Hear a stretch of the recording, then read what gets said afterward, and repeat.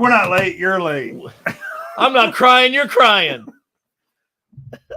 Set up to just say that. I'm turning my phone off so I don't get all these beeps. Yeah, mine's over there somewhere. It So says, "Hey, you're live online today." That's right. That's right. Well, good morning, everybody. We may be a little too loud for them. I don't know if you can be any louder than you and Roger were last week. That's Holy all, cow. Roger. I had to keep up with Roger. I could not concentrate on what I wasn't doing. You weren't supposed to be here. I wasn't here. Remember, I wasn't here. Roger was here. Roger was here. No, Keelan had surgery last week. Didn't know Keelan had knee surgery last week. Yeah. So he's doing very well. He's off the crutch. Had a follow-up visit Monday. Good. Doctor said things look good, progressing well. Swelling should continue to go down. Isabella had her follow-up yesterday, and she's progressing well, doing well also. So is she able to sing? Yeah, she's got honors recital tonight, so she's singing tonight. Yeah, I left that up to her, whether she wanted to or not. You know, you aren't familiar with strong-willed women. Well, I mean, in the same way I am. Oh yeah, because you get a pair of them. Oh, I'm not talking about one. I'm just talking about the 18-year-old. I make no comments about the other one. I get in trouble if I make comments about the other one. I know. We don't talk about that stuff. Yeah. But independent, strong-willed, 18-year-old individual, there's little you can say. But I mean, you could highly recommend against it. Yep. But they're still going to do what they want. She wants to sing.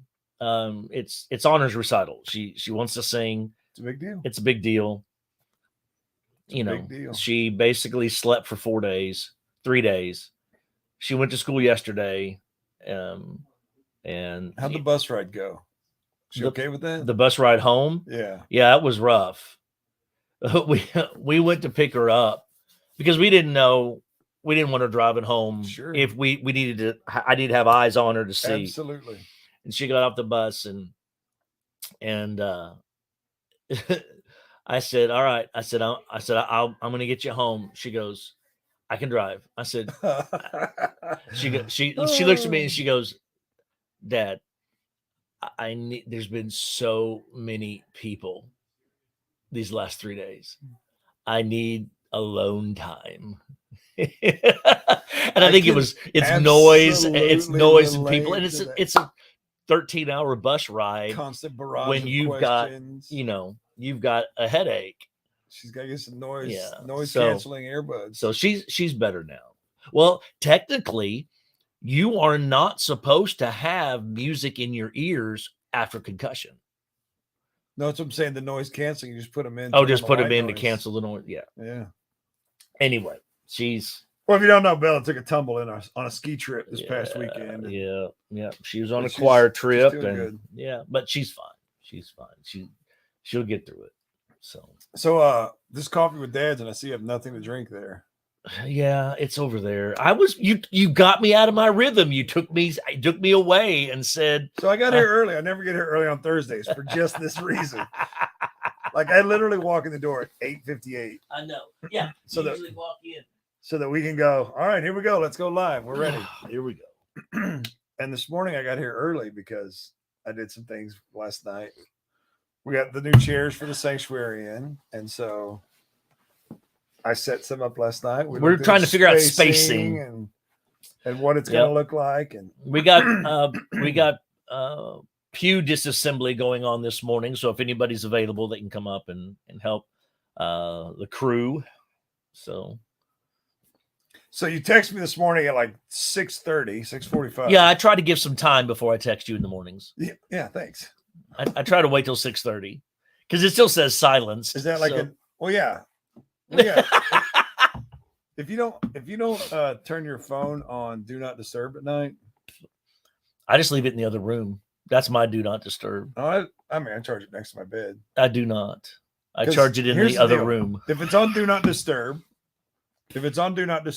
and someone calls me and they're in my contacts, it'll go to voicemail the first time. If they call me immediately right back, it'll ring. Right. Which means it's probably an emergency. It's probably an emergency. Yeah. So that makes sense. And if they're on my emergency contacts list. I've seen that option that it says, do you want to force this to go through? Yeah. Which it means, okay, this better be important. Yeah. So that's that. Yeah. Some people silence their phone at like 10 o'clock in the morning. I don't get it. They need focus and quiet time. It's called personal quiet time or work focus. Some people need to silence the phone so they can focus on a spreadsheet or focus on drafting something or focus on working, and they don't need the distraction of the dings. So they silence their phone for that time. I don't have notifications turned on anything. Yeah. Like if it's not a text message or a phone call, you don't care. It doesn't ding or anything. Right. Me either. Or again, it's email from anyone that's in my contacts. Yeah. So my notifications don't even show up. Like red dots. Okay, hot take. I can't stand red dots on my phone. I have 2 red dots right now, right? It takes everything in me to not touch those red dots right now. Oh, I can't stand red dots. I have to figure out what's going on. Yeah, I'm with you on that. It bothers me. A timey. Because there's probably not a lot of things. So yeah, the red dots annoy me. And so my emails, they don't show red dots until I open the app for email. Right. Because I would So anyway, I texted you this morning at 6:30 about hot takes.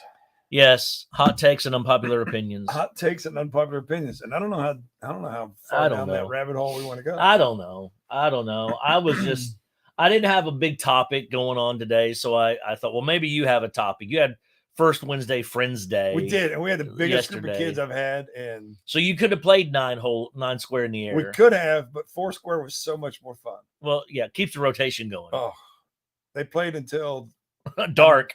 Until I made them take it down. It was so we got there like, I don't know, I think we ate dinner at like 5:45, 5:30, 5:45. Yeah, because Robert came over. Yeah. And said, hey man, it's 5:30, where's dinner? Oh my goodness. And I said, hey, I was still browning up the meat at that time. And I said, give me 7 minutes. I don't do 5 or 10 minutes. I do 7. It's 7 minutes. I was like, so precise of you, Chief. I'm sorry. I'm not. Sorry, not sorry. I'm not sorry. Sorry, not sorry. How long is it going to take you? 7 minutes. I've cooked enough of these. It takes me 7 minutes for it to cook. I don't. Even when I'm on my way home, I'll be home in about 8 minutes. Because I know where I'm at. If nothing goes wrong, yeah, I'll be home in 8 minutes. I don't know why.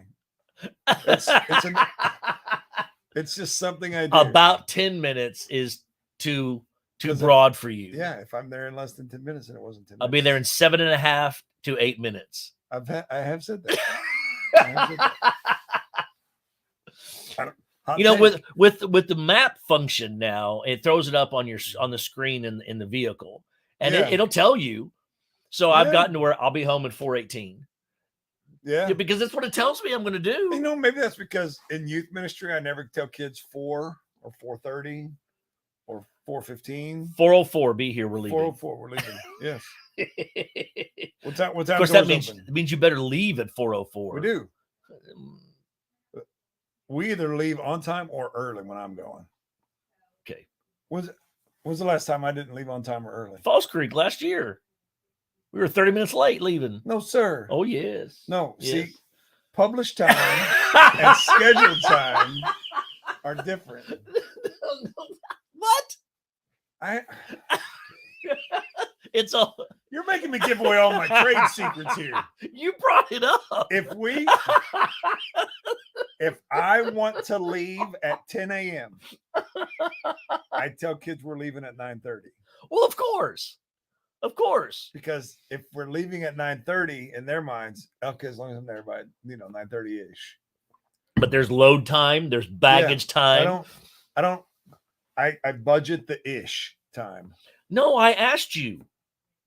When are we leaving? You told me a time. I looked at my watch. I'm like, oh, well, we're not leaving at that time. So what happened? You have to remind me because I don't remember leaving late. I think it was a bus issue.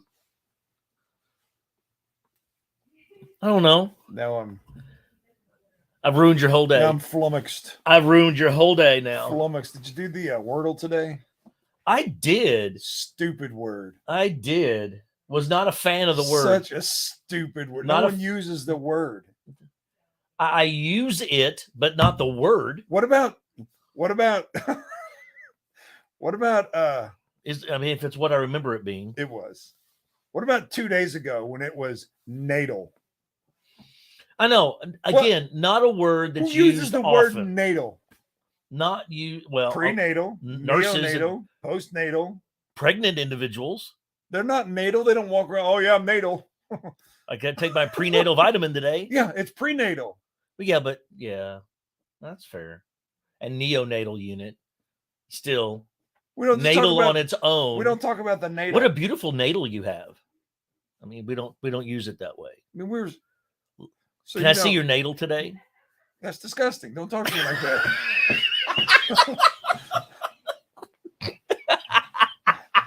Good morning, Kay. We are on a hot takes and unpopular opinions. Hot takes and unpopular. Yeah, I'm telling you, Kay, if you don't tell people that you're leaving a half hour early, then you're going to be late. It's just destined to be. And I don't know if you grew up with this or if this has just become something my 8, 9, and 10-year-old baseball coach was an old salty sailor. I'm telling you, when I say old salty sailor, he had the tattoo. He had the anchor or the naked or the pinup girl. Yeah, okay. Yes. That defines an old salty sailor. Yeah, for sure. And Maurice Niederhelm was his name. And he would say, if you're early or on time, if you're on time, you're late. And if you're late, it's unacceptable. Yeah. Yeah. Because you're not playing. Yeah. If you're late, you're on the bench. Yeah. And so I don't like lateness. Oh, I don't either. And then when I was in Boy Scouts, I had a guy named Mark Haviland. He was our scoutmaster. He had the scout law scouts: trustworthy, loyal, helpful, friendly, courteous, kind, obedient, cheerful, thrifty, brave, clean, reverent, and punctual. He added a 13. He added punctual. Punctual and punctual. It is being respectful to be punctual. It is, yes, because if you're late, if you just hot take, if you're late, you're wasting my time and you don't respect my time. So how do our listeners feel because we were late today? Apologetic. We're late. We were working on stuff. I'm sorry if we got here a minute and a half late and you were sitting there with bated breath and wondering where are the guys? Are my two favorite guys in the whole world, and when are they going to get on the TV screen? There's really only two individuals that would say it that way. Probably. Kay and Laura. Okay. I kid. Laura's here. What's she talking about? Who knows? I look a little natal. What? I don't even know what that means. I don't even know what it means. Well, and the other day they had one with no traditional vowels in it. Yeah. Because Y doesn't count. Sometimes Y. The first two words I use typically, this is Wordle, by the way. What's your first word? The first two words I use will involve 5 vowels. Me too. That way I get that. What do you use?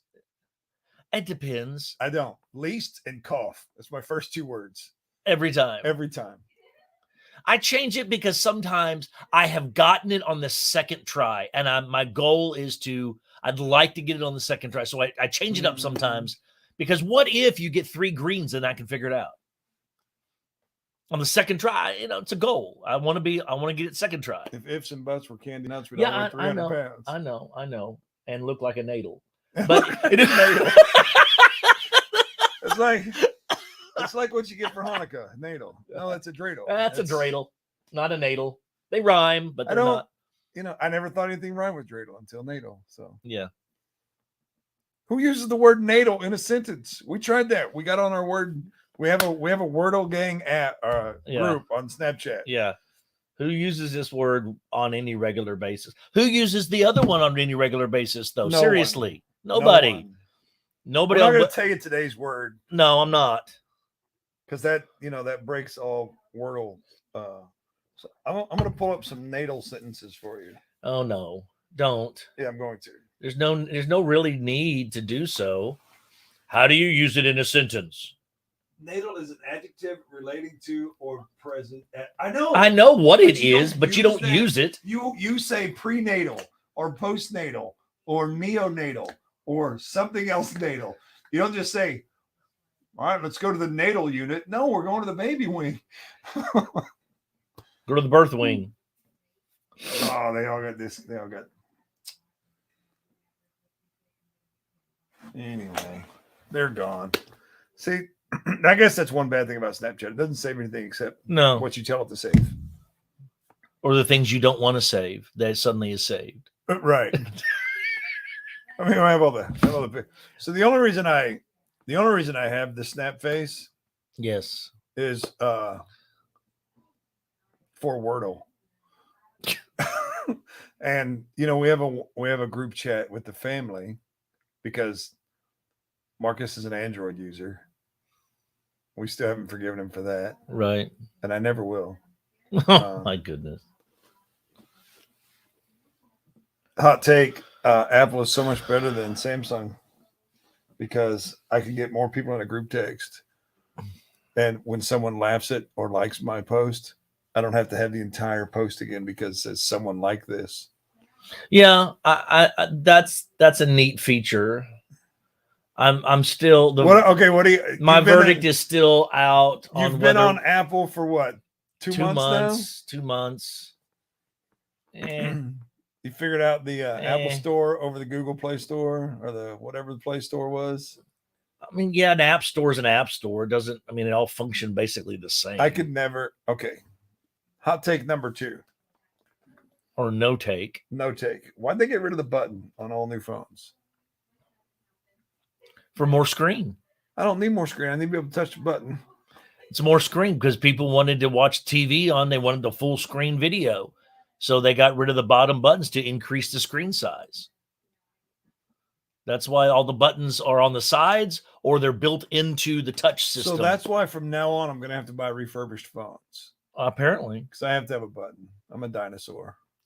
Well, if you go to Android, they have those. No, they don't. I can't even figure out Marcus's phone. It's like, how do I get to the place? How do I do the thing? My wife does this. My wife has it where it's the 3 little lines at the bottom. I can't figure out how to. I was like, how do I? I'll be swiping, I'll be turning, I'll be doing this. That, and he gets on and done. Oh, you got to hit this button on the side. Why would I use the side button? Stupid. Oh, speaking of Marcus, he's texting right now. In the Wordle gang. In the Wordle gang. I don't want to get into politics. I don't want to get into. Okay, so we can't talk about Kentucky governor. Okay, can't talk about Brown election. Okay, I do have a hot take on that. Is it the I'm not a biologist issue? We can't talk about Judge Brown. Okay. You're really struggling over whether I am 100% struggling. People at home are laughing at me right now because of they could see the steam coming from my ears. Which hot take do you want to share, or unpopular opinion do you want to share now? Can we do sports hot takes? We do not usually get into politics. We intentionally steer clear of politics. All right, all right. Here's a problem. Kenny Pickett from Pittsburgh, quarterback, is coming up in the draft. Okay. He's got a 9.5-inch hand, and it's all the talk about the NFL mock drafts and the draft coming up. Hand's too small. Can he sling it? Yeah, he can sling it. But he's also had 27 fumbles this season. Well, I'm not drafting him. And therein lies the point. The point was 9.5-inch hand is not a problem if he can protect the ball. Right. But if he has a 9.5-inch hand and has 27 fumbles, I'm not taking him as a quarterback. Is that a hot take or is that an educated take?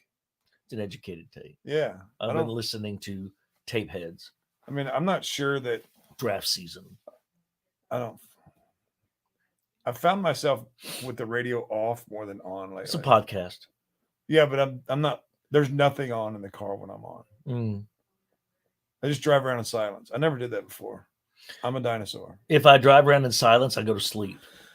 No, I don't. I had to have something to keep my brain active. That's my mind goes. Yeah, when it's quiet. But I've been living on caffeine the last couple of weeks. So me too. And so I've had some really colorful discussions with myself because of the copious amounts of Monster Energy that I've been drinking. Yes. Only 2 a day. Oh my gosh. I was drinking 5 or 6 Mountain Dews a day. Oh my gosh. I know, right? You should not be doing that. I grew up in Missouri, boy. That's water. Because you don't have running water there? We had water today. I had 3 Mountain Dews. I had 3 Mountain Dews. Well, all right then. Oh my gosh. I don't know. This one's watermelon. I love it. It's delicious. It is good. It tastes like summer. Summer in a can. It's like summer in a can. Summer in a can. Hot take. Hey, Major League Baseball opening day today. Friday. Today? Today. Who's playing? Well, you know what? Hot take. Albert Pujols is good for the St. Louis Cardinals. But the Yankees and Red Sox game of today got postponed till tomorrow for inclement weather. Let's just postpone the Yankees and the Red Sox until further notice. Until further notice. Yeah. You know, I'm sorry. Greg's probably a Red Sox or a Yankees fan. Oh no, he's an Astros guy. Seeing as how he's a Bama fan. Well, he might be a Braves guy, but I think where he lives currently, the Astros play better for him because he lives in South Texas. Okay. Well, I mean, that works. Yeah. I always cheered for I'm not sure where he is on the whole, Houston scandal, but that's a whole different conversation. Oh, I forget who it was. One of their former players came out and said, "Yeah, we cheated." Oh my goodness. Yeah, we did that. We did that. Wow. Awesome. Well, we know you did that. Thank you for confirming. So much for confidentiality. It's kind of like a Baptist committee. I have a iPhone SE 2020 model. Okay. Who's asking? Kay did. What kind of phone? What is your phone, Keith? I got an iPhone 13 only because I got it free with a new sign up. Today, Laura says today should be a national holiday because it's opening day. Because it's opening day of baseball. Yeah, NFL draft happens in 2 weeks, 3 weeks. April last week into the 28th to 30. It used to be like the 12th, 13th, or it used to be. Yeah, it used to be mid-April. Now they've shoved it to late April. The season a week. Well, yeah, and added a 17th game. Well, you gotta have your time to evaluate players. Like that's not going. What the season's called? You think they just watch college football on Saturday? These teams make billions of dollars a year. You telling me you don't have scouts out watching it all year long? Yeah, they do. Then what do you need this time There's for? some radio guys that are better. I don't know if you listen to Jeff Kavanaugh or Brian Broaddus. No, I don't. Brian Broaddus is a former scout for the Dallas Cowboys, Green Bay Packers, and others. And he and Jeff Kavanaugh do a draft podcast. I'm listening to Greg Cosell. Is that Howard's boy? The nephew. He's in charge of NFL films. And so he's been watching film for 40 years. Yeah. And so I've been listening. It's called Tape Heads Draft Season. He and the Jets radio guy got together to talk about the behind the scenes stuff of not the mock draft stuff, but the behind the scenes stuff of how do teams evaluate players and how do they come to the conclusions they come to. It's been interesting for me. It's a deep dive and I kind of like those things. Kind of like Moneyball. Yeah. Yeah. Moneyball. What's the behind the scenes stuff? Why do we want this guy? He gets on base. Why do we want this guy? He gets on base. He's 42 years old. He gets on base. But he gets on base. But we want the 24-year-old. He doesn't get on base. He hits 12 home runs a year, 25 home runs a year, but he doesn't get on base. Right. The on-base percentage is better than your power hit percentage. I think that's where the stat, slug percentage. I think that's where the stat OPS came from. On-base plus slugging. Okay. I do think analytics are important, but I don't think it's everything. Right. I think there's some context, and this plays out in organizational life. It'll play out in your family. Mm-hmm. It plays out if you look at your family or your job or your church or whatever organization you're part of, stats are a part of everything. Yes. but stats without context are problematic. If the only thing you look at is numbers, you will never find the solution. Or you'll come to the wrong solution. Right, you know, which isn't the solution. You know, it's your child comes home. Hot take. You know, every 6 weeks you get a statistical analysis for your child. Yeah.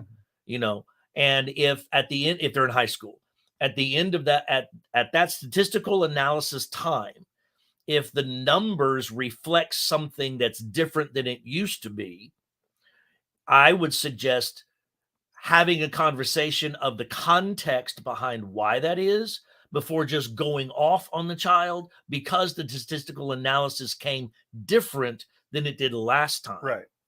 But parenting today often will just throw up on a child because we call it grades, but the statistical analysis that came out, we just react rather than respond. We do this in church. We do this in life. We react instead of respond. React is, I've got these numbers, they're less than these numbers, so now you're in trouble, you're grounded for life, blah blah blah. I do that on a week-to-week basis. What's the context involved in same thing? You know, if you look at 100% of churches right now, that the pre-COVID attendance, post-COVID attendance, and all you did, and you didn't recognize COVID in the middle, you would say these churches are horrible. They're failing. They're not reaching the community. They're having loss and blah blah blah and all. But that's because you're looking at analysis outside of context. Right. Oh well, I remember back in 2010 to 2015, we were running X amount of people, and now we're not. So that's the preacher's fault. No, it's not. We had COVID, and you haven't evangelized anybody because the waters haven't stirred in the baptistry, and that's not my job alone. Hot take. So statistical analysis. Hot take straight off the soapbox. Statistical analysis is important, but without context and proper interpretation, you will fail, as you had said, you'll fail to reach the conclusion that you should reach. Right. Oh, you'll find a conclusion. There'll be something at the end of the rainbow. But it may not be, what should be. And so you have to take context into, and reading scripture is the same way. I tell kids all the time. Yeah, that's where you were going, wasn't it? Yes. 100%. Scripture out of context is dangerous. Absolutely. Absolutely. I had somebody tell me last night, hey, I'm going to go see Joyce Meyer this week. And I said, I'm sorry. Another hot take. I'm sorry. What? I'm like, no, I'm not a fan. Why? Well, because I don't think that the gospel is appropriately shared. And I think a lot of stuff is taken out of context, and that's a dangerous thing. You can say a lot of nice sounding things, but when you want to tie it to an out of context scripture, now we've become dangerous because you're playing with people's spirituality. Yeah. And you got to be careful with that. You cannot consistent. You can't do that stuff out of context. Go be a good social worker and speak from a platform. Go be a good therapist and a psychoanalytic individual. Go share psychology, share all the good habits that you need to be doing to do all these things. Go share that. But stop taking scripture out of context and making people feel better about themselves when that's not the point. Life lesson. I mean, beat Navy. You didn't finish it, Roger. Hey, he was in the Navy. He was in the Army. We can't trust him. That's right. He just writes go Army. He's indecisive. He just writes go Army. It's go Navy. Beat Army. Well, he's doing his peekaboo through the door. He's just doing it online like you did last week. I did last week. So last night we discussed the triumphal entry. This is Palm Sunday coming up on Palm Sunday. And Holy Week is arriving. Holy Week is arriving. So we looked through the 4 Gospels. Yes. And, a lot of people, hot take, a lot of people will say that the Gospels contradict each other. Oh, yeah. Taken at face value, you could see that. If you look at the out of context, if you look at the 4 Gospels, Matthew, Mark, Luke, and John, and you read the account of the triumphal entry, 3 out of 4 are almost verbatim Matthew, Mark, Luke, And John, I don't know. John. Well, John's not a synoptic gospel. He did it different. Hold on. He did it different on purpose. Roger, you're interrupting a podcast. What?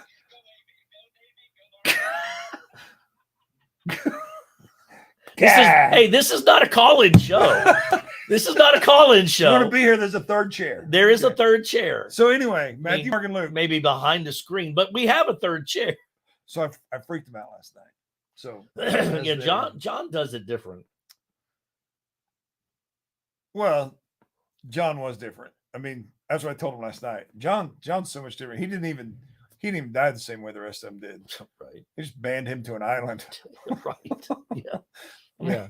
No, John, I mean, we can't do that. So anyway, you freaked him out last night. How? Because as it gets to the part where the person comes out and says, "Hey, what are you doing with my donkey?" Right. As they were reading, I had the kids read. When that part came up, I just yelled, "What are you doing with my donkey?"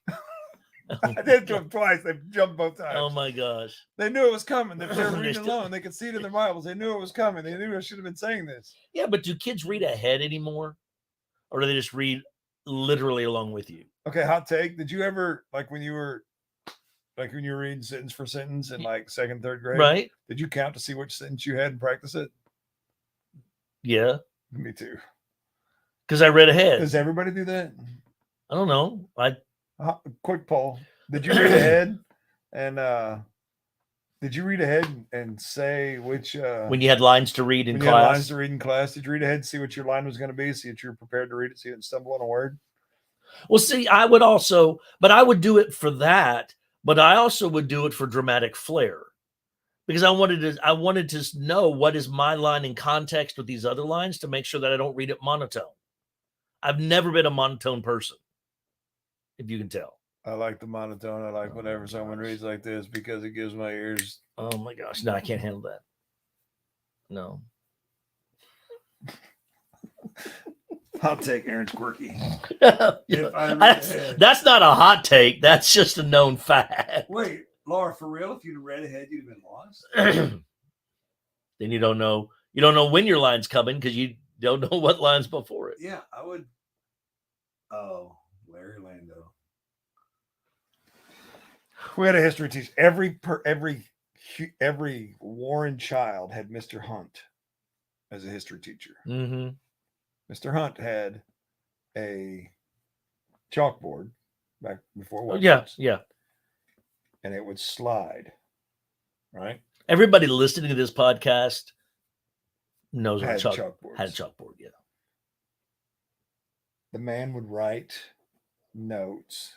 I bet he went through 1 million pieces of chalk a year. He would write notes, and you would have to copy these notes verbatim.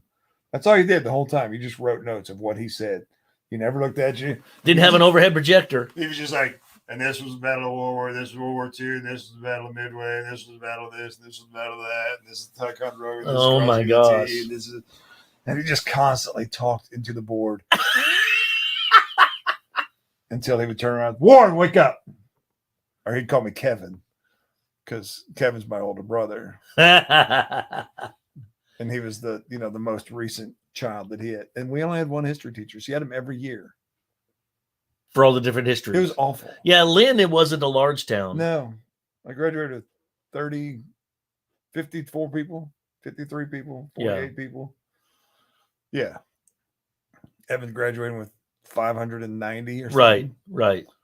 You don't even know his whole graduating class. No, I don't know a third of them. I mean, he doesn't, is what I'm saying. Yeah. I ask him all the time. Because when they have to write benchmarks or star tests, it's like, who's this person? They go to the same room, and he always sits by the same girl, a Warren girl. Her name's Warren. Who's this? I have no idea. I sit by her during star tests. Carter would say the same thing. I don't know. We just sit back next to each other during star tests. But I don't know her any other time. I've never seen her in my life, except 3 times a year for star tests. For star test. So it's been a good week back, I guess. I mean, I took a week off last week, so yeah, sort of. Yeah, sort of. I was here, but I wasn't here because I had to leave. I didn't know what time of surgery was. Right. All right. What else we're going to talk about? You guys need to send us some ideas. We're running out of stuff to talk about. No, well, some weeks are just down weeks. Some weeks have more involved. I mean, next week we'll probably talk about all things Easter and Holy Week. Well, that would make sense. Think through outside. No, okay, listen. Outside of Easter Sunday itself, because that's always the Super Bowl for Christians. And I don't think I'm going to allow Crucifixion Day either, because I want you to do your homework. What's your favorite day of Holy Week in Scripture? And which day is not mentioned in Scripture? Go figure that out. Well, and we'll talk about it next week. We know what day is not mentioned in Scripture. I know. Do you know? This guy. Or what day's not referenced in Scripture that week? Okay. So, all right. We'll see you this weekend. All right. We'll talk about Easter next week. That's right. If you have any big Palm Sunday plans, come see us. Hey, we'll have a bunch of new chairs in this weekend. So should have. So come by and probably 25% of the chairs that will be out probably will be out this weekend. Would be my guess. Good times, big fun. See you guys next week.